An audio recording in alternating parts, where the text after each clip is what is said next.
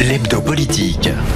Bonsoir et bienvenue dans l'hebdo politique. Après une année riche en élections, tous les regards se tournent désormais vers l'Assemblée nationale. Nouvelle saison, nouveaux invités. Je reçois pour le numéro 219 de l'émission le nouveau député des Yvelines, Charles Rodwell.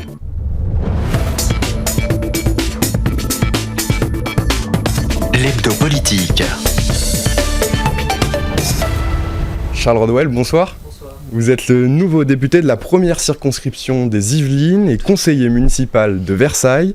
À 25 ans, vous êtes aujourd'hui l'un des plus jeunes députés de l'Assemblée nationale. Vous avez commencé votre engagement politique en 2016. À l'époque, vous êtes engagé avec Bruno Le Maire. Vous devenez ensuite, c'était lors de sa campagne, lors de la primaire de la droite à l'époque. Vous devenez ensuite le collaborateur parlementaire de son porte-parole, Franck Riester. Puis en 2020, François de Mazières, le maire de Versailles, vous nomme adjoint en charge de la jeunesse à la vie lycéenne et étudiante et aux jeunes professionnels. Enfin, avant d'être élu député l'année dernière, en juin dernier, vous êtes devenu en 2021 le conseiller discours et prospective du ministre de l'économie Bruno Le Maire. Alors avant toute chose, Charles Rodwell, j'aimerais revenir avec vous sur l'événement de la semaine, le décès de la reine Elisabeth II, après un règne de plus de 70 ans. J'imagine qu'en tant que franco-britannique, ça a provoqué chez vous de vives émotions. Tout à fait. Je ne vous cache pas qu'hier soir, il y avait un peu deux sentiments qui m'animaient. Le premier, c'est un étonnement, le côté on n'arrive pas à y croire en fait. C'est une institution qui était tellement ancrée dans notre peuple, dans notre culture, dans notre pays, que imaginer Elisabeth II décédée, c'est quelque chose qui est très difficile à concevoir. Et puis ensuite, c'est cette sensation de vide. Elisabeth II, cette reine, s'inscrit au cœur de nos institutions depuis 70 ans. Et le sentiment, je pense, qui anime beaucoup de Britanniques aujourd'hui, c'est un changement d'époque. Et d'ailleurs, beaucoup de Britanniques, mais aussi beaucoup de Français, beaucoup d'Européens. Je pense qu'on vit vraiment aujourd'hui un changement d'époque avec le décès de la reine Elisabeth. On va repasser donc maintenant...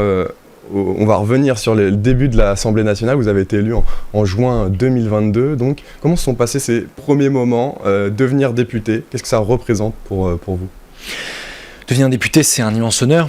C'est aussi une responsabilité. C'est un immense honneur parce que c'est plusieurs milliers de concitoyens qui vous font confiance par le vote et qui placent en vous leur confiance. Ils attendent des résultats.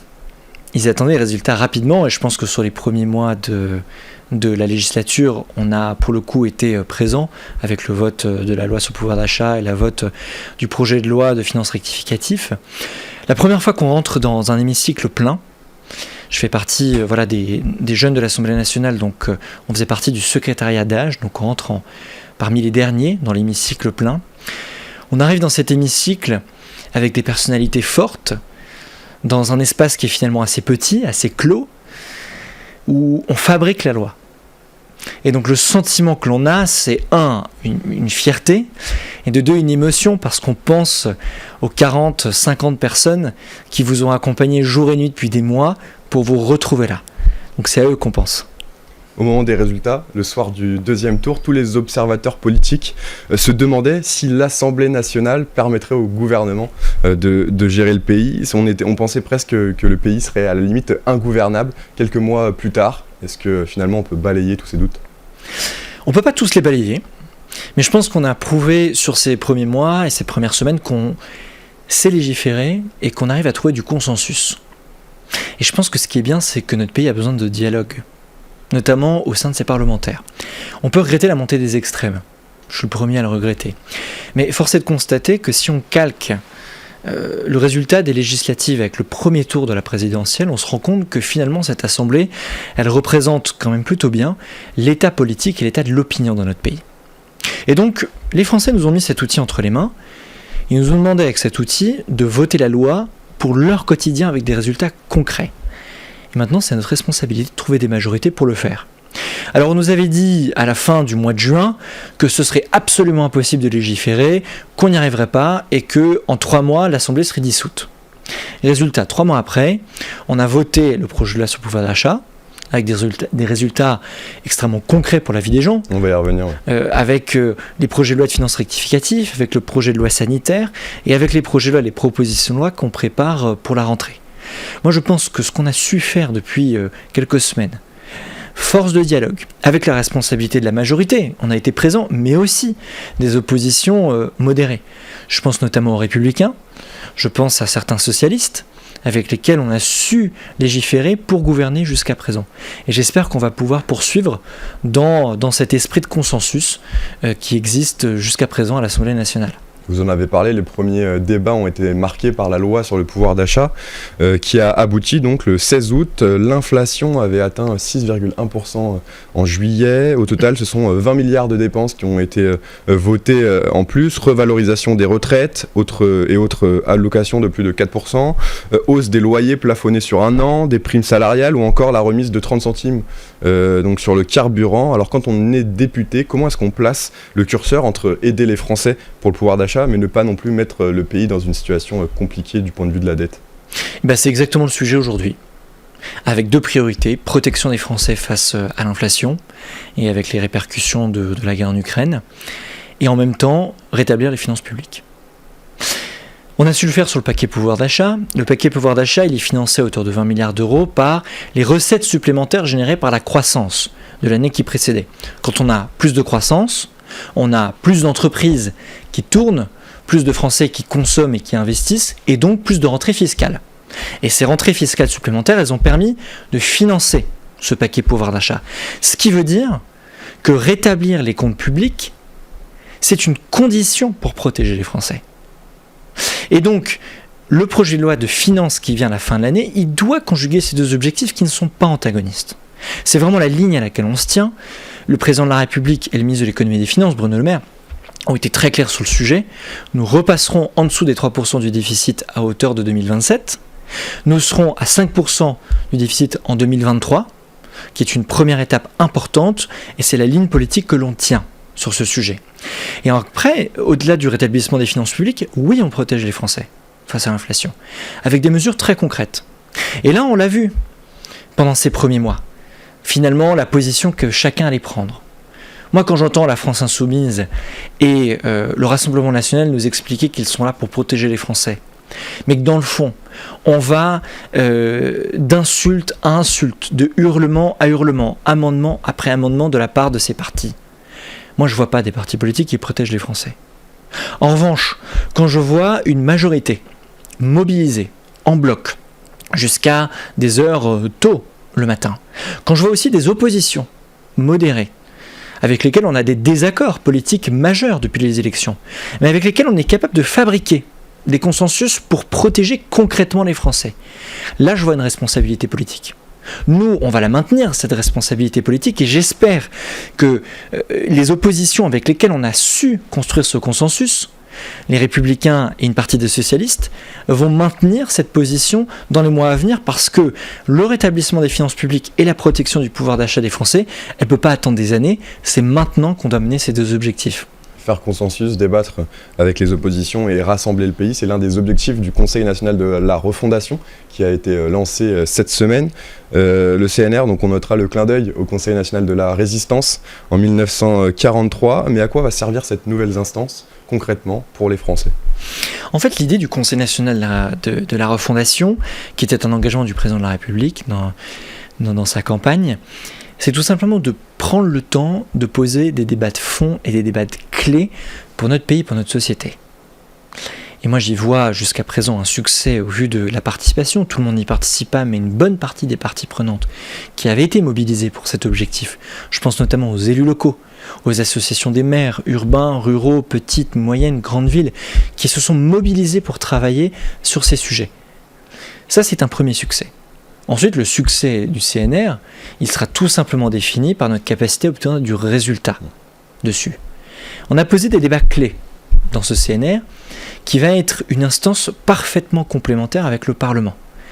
Parce que ce Conseil national de la refondation va prendre le temps de dialoguer et de déterminer des positions claires ou des débats clairs sur des questions politiques et de société majeures. Et ensuite, à charge du Parlement, de l'Assemblée nationale et du Sénat, de débattre et de légiférer sur les sujets définis par le Conseil national de la refondation. Mais encore une fois, le succès final de ce Conseil ne sera défini par une chose, le résultat.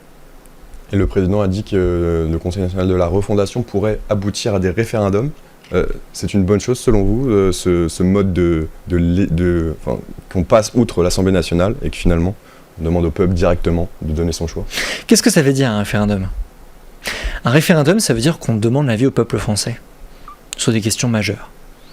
On ne va pas solliciter les Français sur tous les sujets. C'est le rôle de l'Assemblée nationale. Mais voilà, ils nous ont élus pour cela. Pour des lois très concrètes, comme le pouvoir d'achat, comme le projet de loi de finances rectificative, comme le projet de l'immigration, énergie, qui vont venir. Mais sur des sujets fondamentaux. La manière dont on conçoit nos institutions politiques. Comment on conçoit notre société sur les 15 ans qui viennent. S'il y a un consensus entre les parties prenantes pour interroger les Français sur le sujet, il n'y a pas de raison qu'on ne le fasse pas. Il ne faut pas avoir peur, au contraire. Il faut que ce soit quelque chose d'important de solliciter les Français sur des questions majeures pour notre société et pour notre pays. En octobre, les députés commenceront à examiner le PLF, le projet de loi finances pour l'année 2023, plus simplement appelé le budget. C'est toujours à l'automne un moment très important dans la vie législative. Le vote s'annonce cette année indécis puisque vous n'avez plus donc la majorité présidentielle n'a plus de majorité absolue. Elle n'est que relative. Le ministre des Comptes publics, Gabriel Attal, a pris les devants en invitant les oppositions au dialogue de Bercy. Alors avec pour le moment très peu de succès selon les premières réponses, les premiers retours de l'opposition. La France Insoumise a annoncé qu'elle proposera, elle, un contre-budget avec notamment l'augmentation des salaires, la taxation des super-profits ou encore le blocage des prix. Est-ce que la majorité est vraiment prête à dialoguer sur le budget ? Comme j'ai envie de vous reprendre la méthode qu'on a eue sur le pouvoir d'achat et sur le projet de finances rectificatif à l'été, on définit des lignes rouges, des principes clairs sur lesquels nous, majorité, même relative, nous, majorité, on ne changera pas, on sera intransigeant. L'une d'entre elles, c'est la tenue des finances publiques. La deuxième d'entre elles, c'est les 3 priorités au-delà de la protection du pouvoir d'achat qu'on a définies. Le pôle enseignement, le pôle régalien et le pôle transition écologique. Ce sont nos 3 priorités pour ce projet de loi de finances. Mais ensuite, on est parfaitement ouvert au dialogue. Et je pense que ce qui nous a permis jusqu'à présent de légiférer, c'est de définir, nous, nos lignes rouges et nos principes, d'entendre les oppositions, notamment les oppositions modérées, définir leurs lignes rouges, leurs principes, et ensuite d'organiser le dialogue entre les deux. C'est la même méthode qui s'applique, avec une chose en plus cette fois-ci, l'initiative des députés. Je vous prends le rétablissement des finances publiques. Concrètement, qu'est-ce que ça veut dire ? Ça veut dire réduire la dépense publique sur certains sujets, réduire les moyens que l'État met sur certains sujets. A priori, c'est assez impopulaire, notamment quand ça vient du gouvernement. Eh bien, ce que le gouvernement a choisi, à l'initiative de Bruno Le Maire et de Gabriel Attal, c'est de confier une mission à des députés qui sont spécialisés de ces sujets, transpartisanes, en sollicitant les différents partis pour dire « Vous, les députés, vous avez été choisis par les Français, c'est donc vous qui allez définir comment, quelles sont les priorités que l'on peut définir pour limiter la dépense publique et pour rétablir ses finances publiques. » C'est un changement de logiciel majeur. C'est-à-dire qu'on donne l'initiative au Parlement, donc aux Français, pour définir où et comment on peut limiter la dépense publique, pour ensuite prioriser les sujets que je vous ai dit, protéger le pouvoir d'achat des Français, l'enseignement, la défense et la transition écologique. Et en cas d'échec sur l'obtention d'une prochaine majorité, le gouvernement n'aura sûrement pas d'autre choix que de recourir au 49.3, l'article qui permet au gouvernement donc de faire passer un texte sans la majorité à l'Assemblée nationale et au Sénat. Il peut s'avérer assez pratique pour un gouvernement, mais il peut agacer aussi fortement pour les oppositions et altérer la légitimité d'un texte. Pensez-vous qu'il faille à tout prix éviter de recourir au 49.3 pour le budget? La Première ministre Elisabeth Borne l'a dit, le 49.3 est une option sur la table. Simplement, en juin dernier, on me disait on ne pourra jamais voter de loi parce qu'on ne trouvera pas le consensus et parce que les oppositions feront bloc. Résultat, on a voté les premières lois du quinquennat décisives à une forte majorité. Mais je pense qu'il faut qu'on se mette dans la même perspective. Si on part du principe qu'on se dit qu'il y aura un échec du dialogue, on n'y arrivera pas. En revanche, si on part du principe qu'on a des principes, des lignes claires, et qu'on va dialoguer pour trouver un consensus, ça vaut le coup d'essayer. Tout dépend des oppositions. Là encore, quand vous avez une partie de l'opposition qui explique que le président de la République est comparable au maréchal Pétain, qui propose des propositions de résolution comparant l'État d'Israël à un État d'apartheid, quand vous avez une promotion ouverte de mouvances communautaristes, ces oppositions, évidemment qu'on ne va pas pouvoir dialoguer avec elles parce qu'on aura des principes qui ne seront absolument pas compatibles. Mais il y en a dans cette assemblée avec lesquels on peut dialoguer. La responsabilité, c'est la nôtre, mais c'est la leur aussi. Parce que le pouvoir d'achat des Français ne peut pas se jouer sur des élections partisanes internes. Il doit se jouer dans l'Assemblée, à leur service. Et c'est la raison pour laquelle le 49.3 est une option qui est envisagée par le gouvernement, mais je précise bien en dernier ressort, comme l'a dit la Première ministre. Ce budget 2023 devrait prévoir au minimum une augmentation de 3 milliards d'euros pour le budget de la défense. Emmanuel Macron souhaite que la prochaine loi de programmation militaire soit soumise aux députés dès le début de l'année prochaine. La précédente loi devait courir jusqu'en 2025, mais finalement les temps ont changé. Depuis la guerre en Ukraine, il faut changer le cap, aller plus vite. Je pense que cette crise et cette guerre en Ukraine, elle nous fait réaliser qu'on ne vit plus dans un monde en paix. Moi, je suis né en 1996, j'ai toujours connu la paix en Europe. Il y a eu des conflits partout dans le monde, mais on avait l'impression de vivre dans une période où jamais plus la guerre ne pourrait venir à nos portes. Aujourd'hui, c'est plus le cas. On change d'époque. L'Allemagne l'a prouvé en votant une augmentation massive de ses budgets pour rénover l'armée. La France prend la même direction.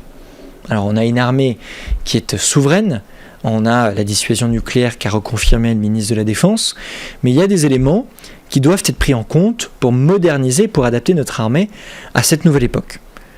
Le ministre de la Défense a évoqué des pistes très intéressantes sur le rôle des réservistes, sur le redéploiement de l'armée sur le territoire français, sur le rôle de la jeunesse, avec notamment l'intégration du SNU dans le domaine, et sur finalement l'ambition que l'on veut porter sur notre armée. Est-ce qu'on veut une armée de projection? Est-ce qu'on veut une armée tournée vers la défense? Est-ce qu'on veut une armée qui est capable d'être entièrement autonome ou qui s'inscrit dans une dynamique européenne? La loi de programmation militaire va poser ce débat, encore une fois, entre le gouvernement et le Parlement. Et c'est ça qui est vraiment intéressant dans ce domaine. En 2022, le budget de l'armée, c'était 41 milliards d'euros, une année marquée également par le retrait de l'opération Barkhane au Mali. Est-ce que cet échec politique, avec les tensions créées avec les dirigeants maliens et la place plus importante de la Russie en Afrique, est-ce que ça doit peser sur ce débat qui va se tenir donc au début de l'année 2023? Vous le définissez comme un échec. Moi, je vois vraiment en fait un redéploiement stratégique. C'est un continent sur lequel j'ai vécu, notamment au Maroc et en Côte d'Ivoire, qui sont deux pays auxquels je suis très, très attaché. Encore une fois, la France n'a pas vocation à rester des décennies dans des pays qui sont indépendants, qui sont souverains et qui sont en train de bâtir une force politique et militaire majeure. Je pense notamment à des pays comme le Niger, comme le Nigeria, comme la Côte d'Ivoire, comme le Ghana, comme le Sénégal. Ce sont des pays, pour la plupart d'entre eux, avec lesquels on partage une force et un atout absolument exceptionnel, c'est notre langue, la francophonie. Qu'est-ce qu'on fait de la francophonie aujourd'hui au XXIe siècle? Quel est l'atout, quel est l'usage que l'on doit faire de cet atout, la francophonie? Le président de la République, depuis 5 ans, a engagé une redéfinition majeure de la relation entre la France et les pays d'Afrique francophone. On doit poursuivre cette dynamique. Et le retrait de l'opération Barkhane et le redéploiement de nos effectifs et de nos troupes sur les théâtres d'opérations africains y participent de manière absolument majeure. Mais ce n'est pas la seule dimension. Pensez aux dimensions économiques, politiques qui viennent rendre en compte et qui viennent rentrer en compte dans cette équation qui est majeure pour le XXIe siècle, pour notre pays et pour ces pays. Charles Rodwell, élu donc député de la première circonscription des Yvelines. On va passer maintenant à la partie locale de l'hebdo politique. L'hebdo politique. Alors Charles Rodwell, vous êtes également conseiller municipal à Versailles, ancien maire adjoint. Vous avez été élu député de la circonscription qui compte également la ville donc, de Guyancourt et de Montigny-le-Bretonneux. Alors quelles sont vos principales ambitions pour cette circonscription? Quels sont les dossiers locaux? Déjà, je voulais vous dire que je fais partie de la commission des affaires économiques à l'Assemblée nationale parce que c'est la commission qui traite des sujets concrets pour les Français et plus particulièrement pour les habitants de ma circonscription. Le transport, le logement, le soutien à l'entreprise, l'énergie, le pouvoir d'achat. Et sur tous ces sujets-là, je serai pleinement engagé. Mais évidemment, le député ne peut pas s'engager sur tous les sujets, et il doit se saisir de certains sujets locaux clés. Le premier sujet sur lequel je me suis engagé de manière très concrète et forte, c'est le maintien de la faculté de médecine de Montigny-le-Bretonneux, de l'université Versailles-Saint-Quentin-en-Yvelines à Montigny-le-Bretonneux. L'enjeu, il est majeur en termes de formation, en termes d'approvisionnement et d'offres en termes de santé pour nos concitoyens, en termes d'emploi, en termes de soutien à nos entreprises, notamment les biotech, et l'intégration de l'université Versailles-Saint-Quentin-en-Yvelines à l'université Paris-Saclay est une formidable nouvelle sur tous ces plans, mais il faut qu'une grande part de ces infrastructures, notamment la faculté de médecine, soit maintenue sur nos territoires et ici à Montigny-le-Bretonneux. Ensuite, les sujets très concrets sur lesquels je travaille aujourd'hui, c'est la relation qu'il peut y avoir entre les entreprises et les communes. Une entreprise est une richesse infinie pour une commune parce qu'elle crée de l'activité, elle crée de l'emploi, elle crée de la présence au cœur des villes et elle paye des impôts. On est dans une période où les communes ont de plus en plus de services à rendre à leurs concitoyens et donc ont besoin de plus en plus de moyens. Le meilleur moyen pour une commune d'obtenir ces moyens financiers, c'est d'attirer des entreprises sur son territoire. C'est la raison pour laquelle j'ai développé, j'en suis absolument ravi, une relation vraiment de confiance avec évidemment François de Mazières depuis des années, avec Laurent Merker, maire de Montigny, avec François Morton, maire de Guyancourt, notamment sur ces sujets-là, pour les accompagner dans la relation avec les entreprises qui sont installées chez elles, qui sont une richesse pour ce territoire. À Versailles, l'actualité de la semaine a été marquée par la fermeture de la piscine. Lundi, la société Vermarine, qui exploite près de 90 piscines en France, a annoncé devoir fermer brutalement plusieurs d'entre elles à cause des problèmes énergétiques et de la situation qui c'est une situation qui empêche donc les associations, mais aussi les écoles, de profiter donc des installations. Les fermetures sont dues donc, je l'ai dit, aux factures énergétiques trop élevées. Selon l'entreprise. Alors comment est-ce que vous jugez cette situation ? Est-ce que vous regrettez cette fermeture ? Alors moi, déjà, il y a deux choses. C'est que la crise énergétique, ça fait plusieurs semaines qu'on la vit. Et dans ce cadre, je déplore absolument la fermeture sans concertation de la piscine Montboron, puisque c'est celle qui est concernée sur les communes de ma circonscription, par la société Vermarine. La deuxième chose, c'est que je reconnais tout à fait et je suis vraiment assez impressionné par la mobilisation des maires sur le sujet qui tentent de trouver des solutions sans tomber dans des positions démagogiques. Évidemment que le coût de l'électricité, le coût de l'énergie est extrêmement élevé aujourd'hui, mais évidemment aussi qu'une piscine municipale, notamment comme celle de Montboron, apporte pas tant les loisirs qu'un vrai service public qui est d'apprendre à nager à nos enfants sur le temps scolaire. À partir de là, qu'est-ce qu'on a fait ? Nous, les députés de la majorité, 6 d'entre nous qui sont concernés par ces fermetures de piscines sur l'ensemble du territoire français, on a auditionné le président et le directeur général de Vermarine pour comprendre la raison de cette fermeture surprise, mais surtout des solutions qui sont possibles à trouver. Ensuite, ce que l'on a fait, c'est qu'on a transmis la situation actuelle au gouvernement. Également, François de Mazières et moi avons écrit en commun pour la question spécifique de la piscine Montboron de Versailles au ministre de l'économie et des finances et au ministère de la transition écologique et des collectivités pour tenter de trouver des solutions communes. Moi, ma position, à titre personnel, elle est plutôt claire. Il faut voir si cette entreprise Vermarine peut être accompagnée en tant qu'entreprise particulièrement consommatrice d'énergie, au vu de son business model, ce qui serait plutôt cohérent, mais de conditionner l'apport de ces aides à une réouverture des piscines qu'elle a fermées brutalement en fin de semaine dernière. Et je veux vraiment dire à tous ceux qui nous écoutent que je suis particulièrement mobilisé sur le sujet avec François de Mazières pour assurer la réouverture la plus rapide possible de la piscine Montboron. Enfin, pour finir cette émission, Charles Rodwell, j'aimerais revenir avec vous sur le début de saison du FC Versailles, donc de retour en 3e division. Alors oui, je sais que vous êtes plutôt rugbyman normalement que footballeur, mais j'imagine que ça vous fait plaisir de voir le FC Versailles donc retrouver ce niveau qu'ils avaient atteint dans les années 80. Mais je partage votre avis. Alors j'ai fait beaucoup de rugby, mais je suis un immense passionné de foot également. Ce qui est génial à Versailles, c'est que entre tous les clubs sportifs que l'on a, mais vous mentionnez ces deux sports, le rugby club de Versailles et le football club de Versailles, qui sont chacun montés d'une division cette année, on a vraiment une chance exceptionnelle et une visibilité sportive de la ville. Et le FC Versailles, avec le début de saison qu'ils font, vraiment va pouvoir jouer les grands rôles. Cette année, j'ai une confiance absolue dans la gestion de ce club par le directeur général Jean-Luc Haribard. Je leur souhaite bon courage ce soir pour le match face à Dunkerque. Et puis, autre nouvelle qui est tombée ce matin, très bonne nouvelle, le stade va pouvoir être éclairé. J'allais vous en parler. Donc on va pouvoir jouer vraiment à domicile cette année pour la fin de la saison. Parce que les matchs de domicile se jouent actuellement à Paris, donc, et non pas à Versailles. Il a raison, le stade Montboron n'avait pas d'éclairage pour jouer donc en nocturne, car le château se situe à moins de 5 km. Alors finalement, en décembre 2022, 4 pylônes seront installés. Ça y est, c'était un long combat qui va enfin aboutir. Tout à fait. D'ailleurs, c'est assez révélateur de ce qu'on peut imaginer à Versailles. Entre une ville profondément attachée à son patrimoine, à sa culture, et en même temps parfaitement ancrée dans la réalité. Effectivement, on est à proximité du château, donc on ne peut pas faire n'importe quoi. Il était absolument normal qu'on prenne le temps de la concertation pour trouver une solution sur ce sujet. Mais aujourd'hui, ça y est, la solution est trouvée, elle correspond à la bonne solution pour toutes les parties prenantes et elle va surtout permettre à notre équipe de jouer réellement à domicile et ça, j'en suis absolument ravi. Et on suivra ça. Merci beaucoup Charles Rodwell Merci à vous. été avec nous dans l'Hebdo Politique. Je rappelle donc que vous êtes le député Renaissance de la première circonscription des Yvelines. Et nous, on se retrouve la semaine prochaine pour un nouveau numéro de l'Hebdo Politique. Mon invité sera alors le député de la France Insoumise de la 11e circonscription des Yvelines, William Martinet. Merci beaucoup. L'Hebdo Politique.